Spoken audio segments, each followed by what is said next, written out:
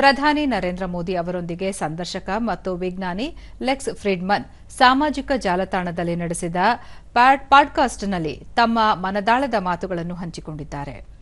ಈ ಸಂದರ್ಭದಲ್ಲಿ ತಮ್ಮ ಬಾಲ್ಯದ ದಿನಗಳನ್ನು ಮೆಲುಕು ಹಾಕಿರುವ ಪ್ರಧಾನಿ, ಸನ್ಯಾಸಿಯಾಗಲು ತಾವು ಹಿಮಾಲಯದತ್ತ ಪ್ರಯಾಣ ಬೆಳೆಸಿದ್ದು ಹಾಗೂ ಸಾರ್ವಜನಿಕ ಜೀವನದ ತಮ್ಮ ಪಯಣದ ಬಗೆಗಿನ ಸಮಗ್ರ ಮಾಹಿತಿಯನ್ನು ದೇಶದ ಜನತೆ ಎದುರು ತೆರೆದಿಟ್ಟಿದ್ದಾರೆ. ತಮ್ಮ ಬಾಲ್ಯ ಜೀವನ ಅತ್ಯಂತ ಸಂಕಷ್ಟ ದಿನಗಳಾಗಿದ್ದು, ತಮ್ಮ ತಂದೆ ತಾಯಿ ಅತೀವ ಪರಿಶ್ರಮದಿಂದ ತಮ್ಮ ವ್ಯಕ್ತಿತ್ವವನ್ನು ಪ್ರಭಾವಿಸಿದ್ದಾರೆ. ತಮ್ಮ ಗ್ರಾಮ, ಬೆಳೆದ ವಾತಾವರಣ ಎಂದಿಗೂ ಅವಿಸ್ಮರಣೀಯ. ಮಹಾನ್ ದೈವಭಕ್ತ ಕುಟುಂಬ ನಮ್ಮದು. ಸ್ವಾಮಿ ವಿವೇಕಾನಂದರ ಆದರ್ಶಗಳು ಪ್ರಾರಂಭದಲ್ಲಿ ತಮ್ಮನ್ನು ಪ್ರಭಾವಿಸಿದ್ದವು.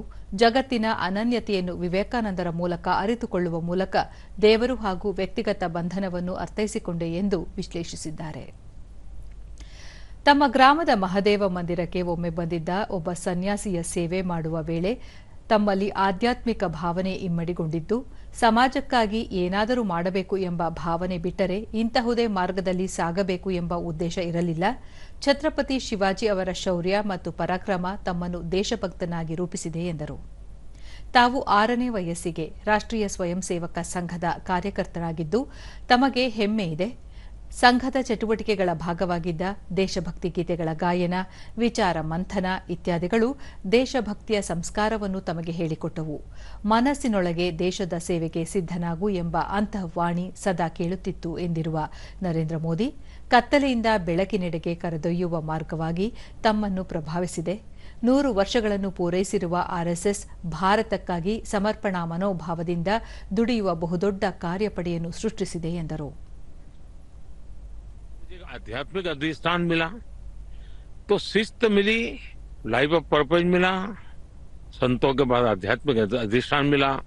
स्वामी आत्मस्थानंद जी जैसे लोगों ने जीवन भर मेरा हाथ पकड़ करके रखा, हर पल मेरा मार्गदर्शन करते रहे.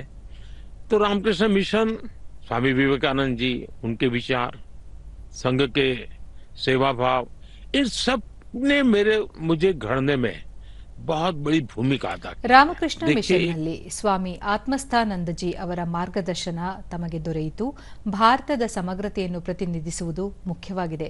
ಭಾರತ ಎಂಬುದು ಹಲವು ಭಾಷೆ, ಸಂಸ್ಕೃತಿ ಹಾಗೂ ಭಾವನೆಗಳು ಬೆಸೆದುಕೊಂಡ ಸಹಸ್ರಾರು ವರ್ಷಗಳ ಸುದೀರ್ಘ ಪರಂಪರೆ ಹೊಂದಿರುವ ಪುಣ್ಯಭೂಮಿ, ಪುಣ್ಯ ನದಿಗಳ ಬೀಡು, ಧಾರ್ಮಿಕ ಕ್ಷೇತ್ರಗಳಿನ ನೆಲವೀಡು.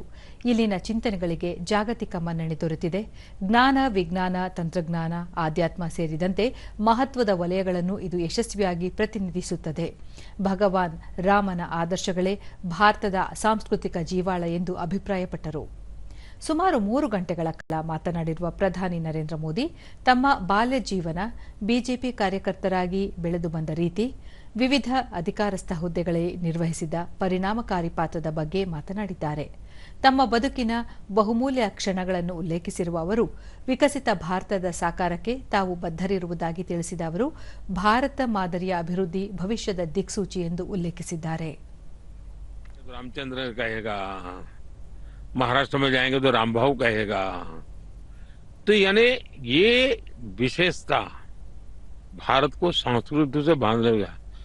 अब जैसे आप स्नान भी करते हैं हमारे देश में, तो क्या करते हैं, स्नान तो वो बाल्टी वाले पानी से लेते हैं, लेकिन गंगे चाहे यमुने चाहे गोदावरी सरस्वती, यानी भारत के हर कोने की नदियों का स्मरण करके मैं उस नर्मदे सिंधु कावेरी जलेस्मिन सन्निधिम करो, सभी नदियों के पानी से मैं स्नान कर रहा हूँ.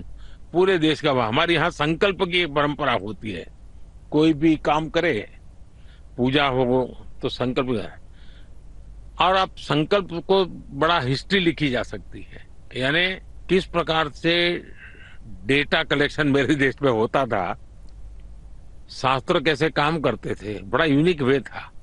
कोई संकल्प लेता है या पूजा करता है या मान लो शादी हो रही है, तो पूरे पहले ब्रह्मांड से शुरू कर दे, जम्बू द्वीपे, भरतखंडे, आर्यवर्त से शुरू करते करते करते गांव तक आएंगे, फिर उस परिवार तक आएंगे, फिर उस परिवार के जो देवता होंगे उसका स्मरण करेंगे.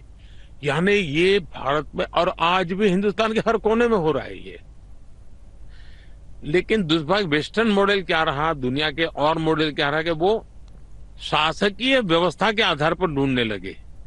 भारत में शासकीय व्यवस्थाएं भी कई प्रकार की रही, बिखरी हुई कई टुकड़ों में दिखाई देगी, राजा महाराजाओं की संख्या दिखाई देगी, लेकिन भारत की एकता इन सांस्कृतिक बंधनों से हमारे यहाँ तीर्थ यात्रा की परंपरा रही, 4 धाम की शंकराचार्य ने स्थापना की। आज भी लाखों लोग एक स्थान से दूसरे तीर्थ यात्रा करेंगे। हमारे यहाँ काशी में लोग आएंगे, रामेश्वर का पानी काशी, काशी का पानी रामेश्वरम करने वाले अनेक प्रकार के लोग आपको मिलेंगे। यानी एक प्रकार से हमारे पंचांग भी देखोगे तो आपको देश में इतनी चीजें मिलेगी जिसकी आप कल्पना नहीं कर सकते।